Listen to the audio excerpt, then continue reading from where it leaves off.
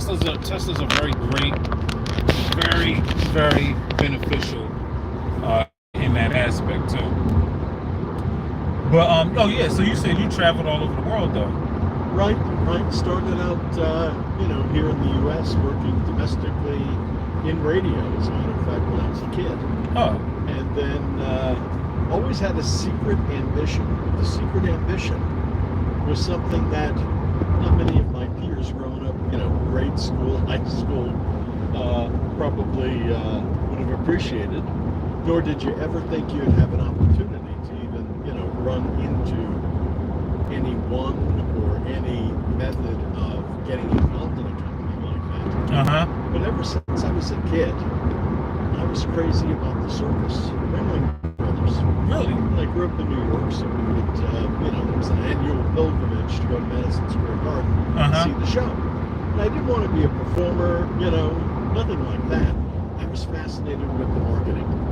And even, forerunner to the 1960s, you go back and you study the history of the circus parades, the wagons. I mean, some of the, most clever, advertising campaigns and grassroots back then, because there wasn't, TV, and it's many years later that there was radio and so forth. And luck of the draw, I'm in my very early 20s, and I'm sales marketing director for a station up in Grand Rapids, Michigan. And the secretary calls into the sales bullpen and says, John, you're the only one here right now. Everyone else is out to lunch. And I've got a gentleman from Feld Entertainment that wants to place advertising for Ringling Brothers coming into Kalamazoo. And of course, it's like, this is really interesting.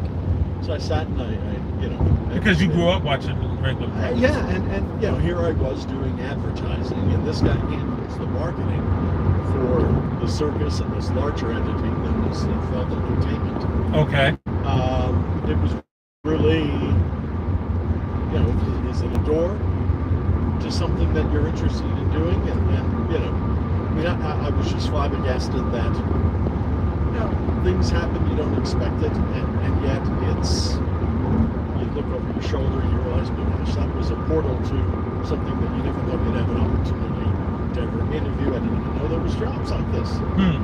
So anyway, we met, put together an advertising campaign, and when the show came to town, we got to meet some more, management from the organization, and this senior executive made it a point to thank me for helping them with some of the clever promotions that we put together using our stations and so forth, and gave me a business card and said, if you're ever looking for a real job, give me a call. And all of a sudden, within like 2 weeks, the station's going through this real metamorphosis where they're going to change the format. And obviously, if you've ever been involved in sales, marketing, or radio. Yeah, which I'm definitely involved in sales. So, but not with radio or anything like that. But formats, they can make it or break it. Sure. And we were a combination AM and FM in Grand Rapids. So, we had two different signal strengths that covered the market quite nicely. We were many times, number one, number two station in the market. But we were heavy teens. We were heavy teens back then. This is, late 70s. And all of a sudden, we come into work one day, and the announcement is made that we're changing what is back then a top 40 format into the AM is going to be the music of your life, which of course got dubbed by the sales department for the period of music it was playing. The music, what's the rest of your life? So it was very, very old music, big band, and so forth. Oh, big band music is great. You mean like not Duke Ellington? Yeah, and that whole era. But of course, you're young, you're in your 20s, and that's not necessarily what the station had been, making its bread and butter on. It was really quite a change. But also because of the 70s, you had a lot of music that followed the flow of what was hot, what was popular. We were a top 40 station, so the songs that we were playing could get, tiresome real quickly. So you had a tune-out factor. Yeah, so it was the disco era.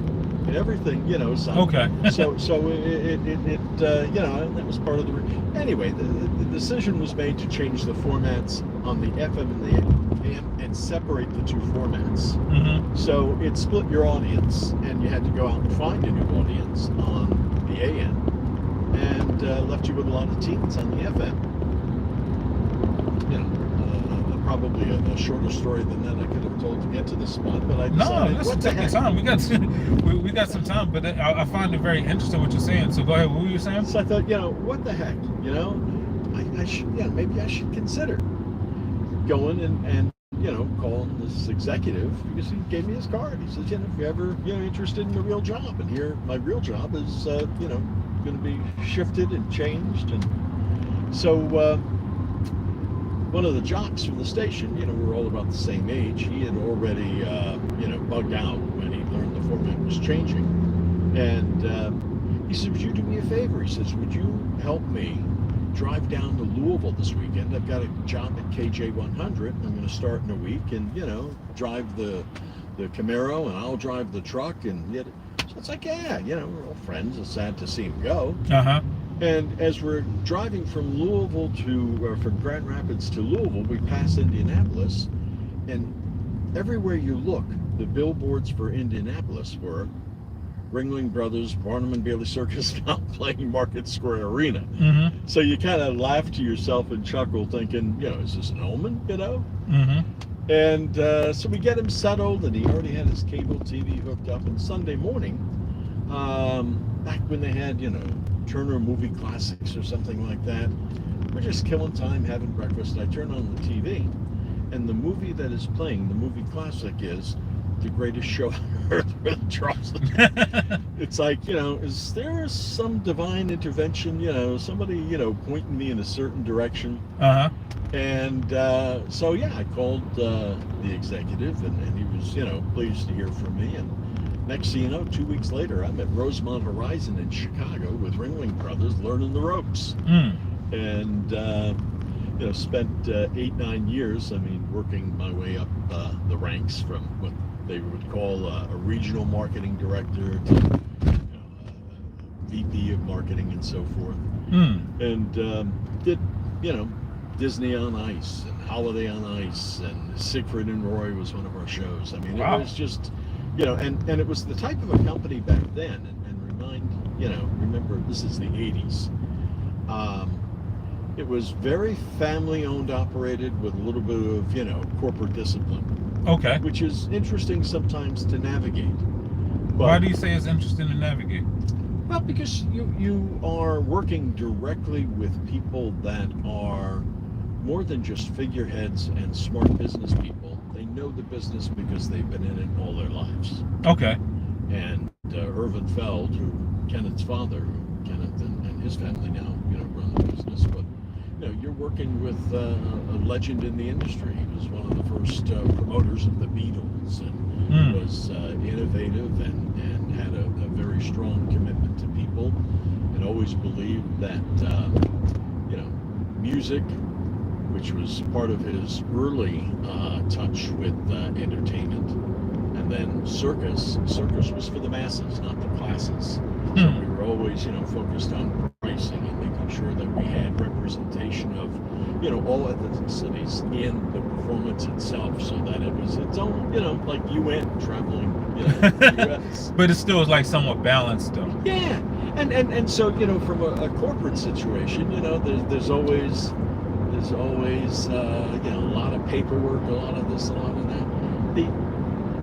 We had that, but the attitude and the mantra that we were given by, you know, Mr. Feld himself, he says, look, I trust you to make a lot of decisions. You're going to spend a lot of money on marketing. You're going to, you know, he says, and all I ask from you is that you make more right decisions than wrong decisions. Now, I'm not going to say that every wrong decision that I made, you know, was welcomed with the same type of fatherly advice. Yeah. But, you know, it was one of those things where, you know, that aspect of a family business, don't make the same mistake twice. Yeah, of course. And gosh, I mean, just the people that I worked with there that stayed or moved on to other careers. I mean, not only in Hollywood with various studios, but, the theme park industry, Broadway. I mean, just phenomenal networking fraternity, and it's that fraternity that continues to live today. Even what I'm here, working on, is something that was born through a business and friendship that I made during my years at Feld. And we've known each other since like 1982. I left Feld first to pursue a career in theme parks. He stayed with the company 8 years longer and developed the international footprint for touring Disney on Ice. Did one heck of a job of building that business out. And then we reconnected and started doing sort of what Feld does. We were taking different types of licenses out, and we would produce touring shows based upon that. So we'd take a license with, Warner Brothers Studio for Scooby-Doo Live, and we'd produce a live touring theater show. And we would work that through the same network that we had domestically and that he had built internationally for Disney on Ice. And we get that with Thomas the Tank Engine, Thomas and Friends Live on stage. Yeah. And it sounds like, and I don't know if this is correct. It sounds like, for someone like you, like individually, from what you've been through, that like personal relationships are important to you. Oh, absolutely. I mean, and that's probably, I would say, as many as 90% of those of us that have gone through what we call Ringling U. Okay. I mean, maintain those friendships today, and because so many of us are still working in related industries, and it's not uncommon to call up somebody who has now an entertainment marketing firm on the East Coast and say, all right, I've just signed on this tour, we're producing it, we have the license, I'd like you to cover certain markets on the East Coast and do all the publicity, marketing, and strategizing. And it's funny you say that. I feel like networking is a very crucial part of business, though. That it can't be taught, but it's always built through like relationships. For me personally, there are people that I have worked with that really do it. It's obvious that they're doing it, and there's nothing wrong with doing it. I mean, it is a conduit and a foundational piece of building your own business. If you go out on your own, I've always felt awkward about that, but yet through performance-based results, I've always been very fortunate that we received a lot of strong referrals, and I do my fair share of networking, but it's I don't want to say it's more sincere, but I guess at the end of the day, when I put my head down, it's like it is. It's more you organic. Want networking it's to be more organic. Yeah, you want networking to be sincere. Yeah. Like in sales, we would like constantly call up other managers in the business and try to find ways and things to network on. But the problem is when the manager will make it a mandatory thing to do, is like, well, it gets to the point where it's like, all right, well, what do I call about and what do I talk about? And I feel like that is a bad thing. However, when you have an actual genuine relationship with someone that you can talk to about just anything, right? Right. The things that you may need help with kind of sort of come out in the conversation and be like, oh, I had that same problem, years ago, and for the way that you're doing things, you should probably do things this way. You should probably do things that way. Right. And I agree with what you're saying. Like, a lot of help or a lot of building is a lot better when it's genuine instead of asking somebody a bunch of generic questions. And it's funny, I talk to a lot of college students, and they're in school for business. But two things it doesn't seem like that they really have the best understanding of is the networking aspect of things and then the sales aspect of things. They're focused on the numbers and everything that you need to actually, run a business and everything like that. But I feel like that's really important, relationship building and sales skills. But sales skills is mainly gained through practice. Perseverance. Perseverance and practicing, though. Yeah, because it's funny. At one point, not only in my own sales role working back in radio, but like I say, I transitioned and took on management development of theme parks. Okay. Uh-huh. And had a great salesperson who loved him dearly. I mean, but he was so programmed. But he also had the flip side of being able to engage in conversation. Short-term conversations that would be derived from sitting in on other people's conversations. So let me see if I can explain that better. I think I understand what you're saying. He had the methodology down. You had to do so many cold calls a day, so many spins on the phone, so many, and this is before, email and what have you. Uh-huh. And then, he could project out, if you did X, Y, and Z, how many in-person scene appointments you're going to get. Okay. And then he'd come to me and he'd say, Johnny, let's, I need some help on this. Oh, he didn't put it that way. He says, I set up a meeting for us. Let's go, And what would happen is we would do some of these sort of color and play-by-play type of presentations, which were selling, a theme park, one that had failed miserably in less than 6 months, and now we're trying to convince the local community that it is on, professional footing and financially solvent, and, it has a plan and a vision.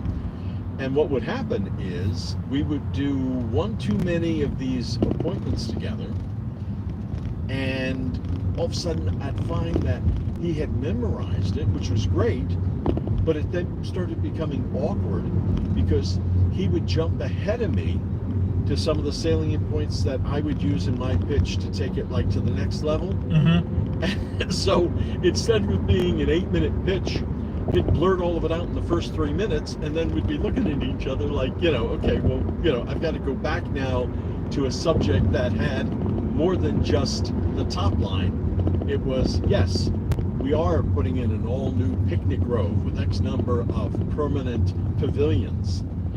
But it was also then, we need to talk about the food. The executive chef that we brought in, the range of menus. It wasn't just, It sounds like he kind of was, I would say that the opposite of how I am when it comes to sales. Like he would get too robotic. Yeah. But see, it's got to be a fine balance, right? Because I would get into conversations with people, and we would just get into deep conversations about their life, about history, and about everything. And it's looking like, oh, by the way, I'm here to sell you something. I was going to say, you got to remember to ask for the order. Yeah. So I think that you have to have a good balance. I found that the best sales happen when you are doing your best to help out the individual, as opposed to trying to just get a product sold because your manager is on you for trying to sell it to sell a product.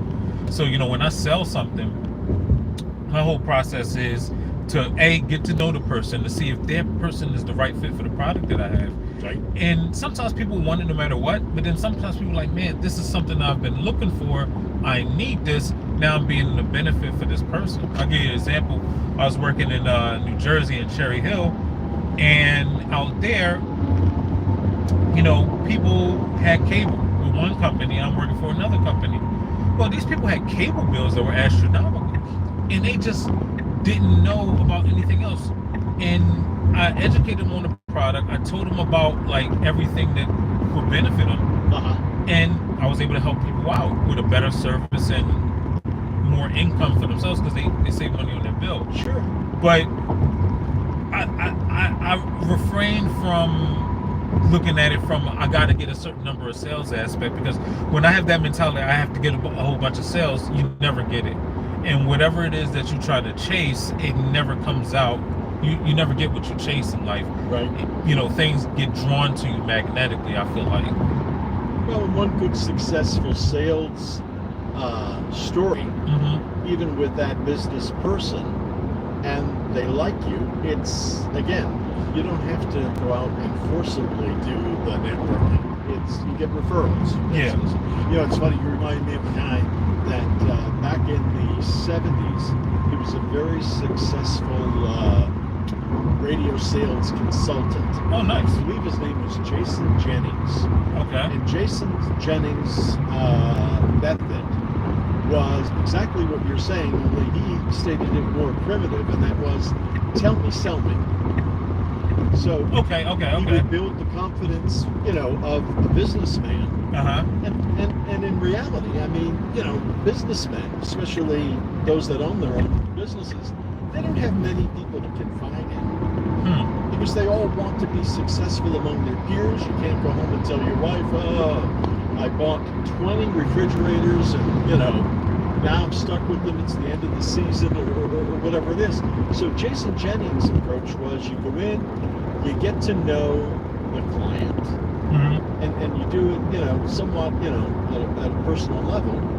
And you talk about your station, you talk about the product, the type of, listeners you have, and then you say, do you have some type of a project, something that you're having trouble selling?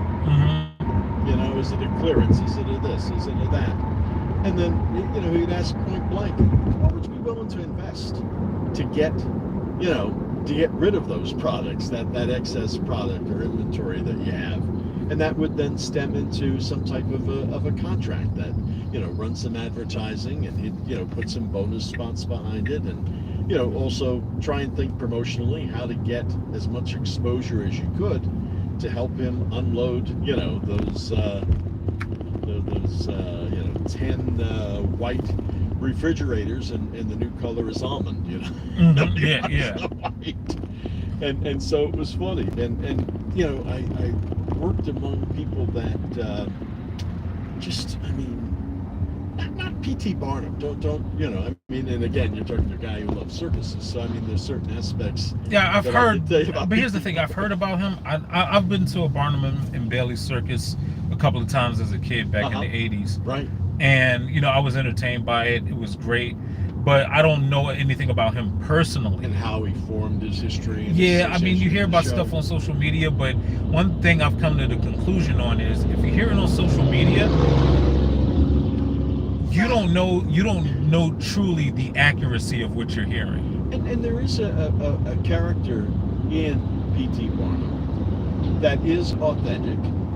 And, you always have to take yourself into that time period of when he lived, what he was doing, how people would respond to it. Because today, people hear some of the things and they're not as entertained by it. They immediately think false advertising, and yet, you didn't have TV, you didn't have radio. So, if Barnum was running print ads and would come up with some, some hyperboil, to sell something. People today would look at that as false advertising, but yet there's a certain sense among certain people would fall for that it's like they want to be teased. They want, perfect example, he had this museum in New York. Okay. And, it was a lot of taxidermied animals and even sideshow type acts. Not that far-fetched from what, the Greatest Showman, kind of captured as far as the museum. And when business was really, really, really booming, and they would, run out of capacity, he would have this sign that would uncover this door, and he would just leave it there. And the sign said, this way, don't miss it, don't miss this way to the egress. To the egress? To the egress. So would you walk through it maybe if you wanted to get your money's worth and make sure that, Probably, but I don't know what the egress is. Well, that nobody did. Okay, because they're seeing all these signs and all of these superlatives, right? So it'll make you look at it and go, hey, what is I gotta go check that out. You know what it was? What was it? An exit into the lobby. Oh. And so, back in the time in the day. So now that was the invention of exit signs. Would that not be something that you would then tell your friend? Oh, and you gotta go see the egress, wink, wink. A close friend, for them to experience a similar thing. And so where somebody today might hear that and would probably say, oh, how mean trick. It's like, yeah, but not then, really though. Like, yeah, exactly. No, I hear what you're saying. It's funny. I feel like nowadays a lot of young people, when they hear about things that happened in the past, they judge it through the lens of their current vision, but they don't know how things actually were in the past. And I feel like even when we see, TV shows or movies that are supposed to be representative of a certain time period, The inaccuracies of it is just that it don't depict with that time period what people were actually doing. And people judge it with a current mindset instead of having an understanding that, wait, people thought differently back then. Right. And this could be a time period where you didn't even exist in this plane yet. So how do you know the thought process of people, or how are you going to judge the thought process of people of something that happened in the 1800s when you weren't even there? Or something that happened in the 1500s when you weren't even there? And even something as far as 50 years ago. I'm 45, so like something as far as 50 years ago. I look at something like that and I say to myself, well, I don't know what was going on in 1975. I barely know what was going on in 1980. And many, I mean, I've got children now in their late 20s and early 20s. And, I have my old, it's a relic, but I I've kept it all these years. I've got my turntable from the 70s. Oh, yeah. When component pieces were, I mean, that was the technology back then. And of course now it all fits in your phone, and you've got even better, quality than probably what I had with techniques this and decoder recorders and on and on. But yeah, so it's hard for them to understand that, there's a comedian, I can't think of his name, but he's absolutely hysterical. Because he recently, or in the last few years at least, has done a set that he refers to it as, the dumbest generation. And that's a little harsh. But he talks about how, showing people a cell phone. He says, do you know that there was a time when this would ring, but it was a different type of device, and you'd come running. You'd be doing hurdles over, sofas and this to get to the phone because it was ringing. And just by the time you get to it, it stopped. He says, and you know what? There were no answering machines. There was no caller ID. You didn't know who it was. Yeah. It drove you crazy. Do you remember Star 69? And you'd pick, but you would pick up the phone and randomly start calling friends because you didn't want to be, and you think about, like you say, Star 69, the answering machine, the automatic answering machine on the phone. I mean, there's been so many innovations that filled that gap. And he just, he just points out so many of them, like standing in line at a 7-Eleven and young person ahead of you is buying an energy drink for $1.29 or whatever it is. And he's going to put it on his debit card. And of course, he's in a hurry and he's like, oh my God, just pay the man some cash. But transactions have, I feel like one thing is important as far as for older generations and younger generations. You probably think this is crazy, but I feel like with the older generations, like, us, we have an obligation to have a better understanding and acceptance of the younger generations. Yet, at the same time, I feel like the younger generations, especially nowadays, need to have more reverence, so to speak, of the older ones. And the reasons why I say that is because when I was a kid, we had people that were older than us, and we would have more respect for them. But there were certain people that didn't have as much respect for them. But as the years go on, the respect seemed to die down. But I think that the reasoning behind that was because the people who were older did not have the same type of respect for the younger people because they feel like they had to. And so right now, when it comes to life, as far as learning, one thing I've learned in sales, whether you're 18, 19, 20 years old, or whether you're 50, 60, or 70 years old, there's something that you can teach somebody, and it's something that I can learn from you. So when I meet people, my goal is to try to learn something from somebody, because I go by the rule. It's an old rule. It comes from a book that was written about 100 years ago by a lady named Florence Scovel Shinn, which is The Game of Life and How to Play It. But she mentions in the book, no man is your friend, no man is your enemy, every man is your teacher. Now, if I approach life and my goal overall is to learn from everybody, the whole aspects of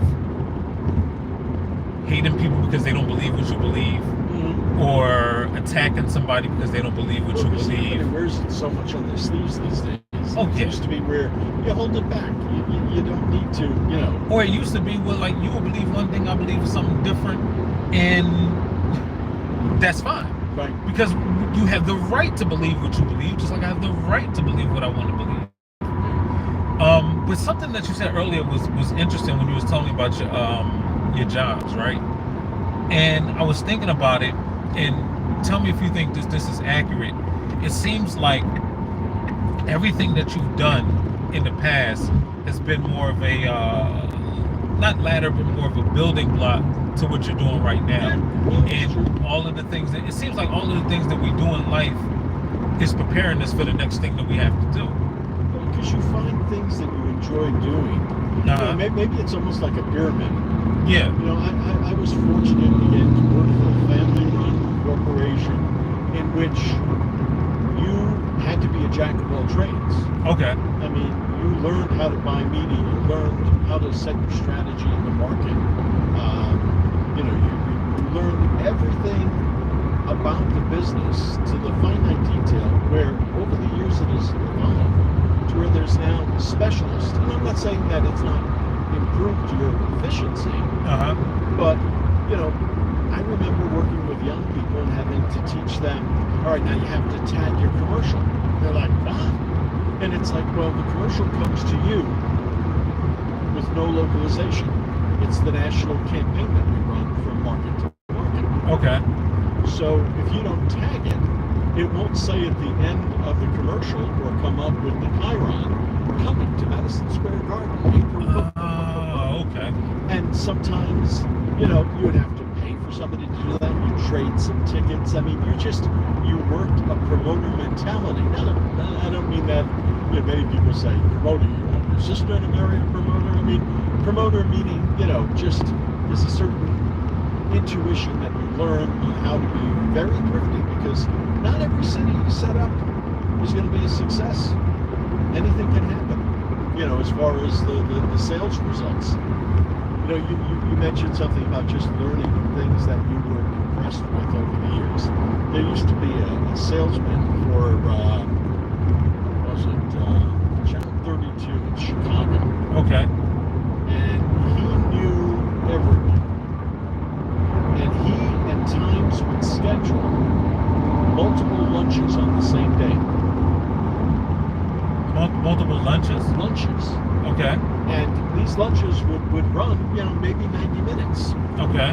But what he would do, particularly with guys like myself who were traveling through the city, I might be working a show in LA and then I'm coming back to start working advance on the Chicago date for the circus or the ice show. He would just sit there and he would host a lunch in which he would get 3 or 4 people with similar backgrounds that could just pollinate ideas and just know each other to do exactly what it was of course networking, but he was the master of it. So, you know, I might be invited to a lunch in which the VP of marketing for the Dominic's grocery chain would also be one of his guests. And somebody from the White Sox marketing department would be there, and somebody from, you know, some other related business. And then over lunch, all of a sudden, it's like, hello, you know, I love baseball, and it's like, you should come out to a game while you're in town. And then the next thing you know, it's like, why don't we do a promotion together? Why don't, you know, you buy tickets to us, we do something with you, and the guy from Dominic's is saying, you know, hey, I could do a family night, you know, and of course, he would set up these wonderful meetings. He himself was selling media, but he would involve himself in those buys or throw promotional inventory against it to kind of consummate the deal. So he'd always walk away writing an order. I mean, I shouldn't say always, but most times writing an order. But it was one of the most clever things I ever saw in, you know, media relations. Somebody that had risen to a level where he was respected in the market, and everybody would just love to go to lunch with him because they knew they were going to meet other people. It was going to be work and fun at the same time, and 9 times out of 10, somebody in the group was going to have tickets to something, you know. that type of environment, I feel like is something that people look forward to. Yeah. You know, one question I ask jokingly to everybody, you know, when I meet them, especially if it's like Friday or Saturday or even Sunday, I'm like, man, you know, I bet you can't wait for Monday. You know, why? You know, because most people aren't excited to go to work. Most people can't find some excitement in going to work. But if it's anything I've learned, if it's anything I realize, is that finding an excitement in anything that you do, even if it's a job you don't like doing, if you can find the excitement, it makes your day go by faster, it makes your day go by smoother, and in addition to that, you know, you enjoy your job. No, you don't have to go home and talk negative about something that actually generates income for you. Well, it's funny that you say that, because I had that conversation recently where I've always reminded my family that, yeah, I do put a lot of time and effort into it. However, you know, it's fortunate that I do enjoy what we do. Just imagine how grumpy I'd be if I didn't. If you didn't. And had to put this type of, you know, hours and commitment in. So, yeah, it's... okay. That's interesting. Well, I mean, I wish I could talk to you a lot more, because, I mean, like I say, you know, working with people and meeting people, new people every day, you know, you do have a benefit in. Can we go to the back door, maybe? Which way is that? Just continue. Yeah, just straight. Yeah, behind then this home store, there should be an alley. Okay. You can pull in. Yeah, no problem. I think everybody is parked out back. No, that's fine. That's perfectly fine. Either that or it's not here yet. Well, that could be another option, right? What time is it? It is 8:50. Yeah, we can go right there. We can Right here, or? Sorry, yeah. Oh, I can turn around. You need me to turn around right there? Yeah. All right, perfect. But yeah, like, I mean, like I said, the things that you learn from people are amazing. I appreciate everything that I've learned from you. It was fun to, you know, it's funny. It's never your own kids that say, "Dad, tell us, you know, what you did." I always, I have this fear that at some point, you know, when my kids have kids, and I get a little older and probably not as vibrant in my storytelling, they're gonna go to my son or daughter and say, "Hey, Mom, Dad, Grandpa's talking about the days he was with the circus again." But I mean, the good thing about is it right here or further just up? a little bit further. The good thing about that is that whatever you do discuss with your children, that's always, and whatever you educate them on, they're going to actually pass on that education as well. Well, I tell you, I don't see anybody. Oh, well, is it right here or? Yeah, it's let's. Oh, geez, somebody did something here. Okay, let's go to the front, and I'll just wait there. Okay, no worries. Can I go out this way or? Yeah, you can continue the direction you're going. Okay. But yeah, one thing I feel like it seems like you know when to adapt to things, and I feel like that's an important aspect of business in general. Yep. And you're gonna make a left here. Right here. Okay. Yeah. I feel like the more people are able to learn how to adapt to things in perfect timing, then they can. But I feel like that's instinctive, and it sounds like, you know.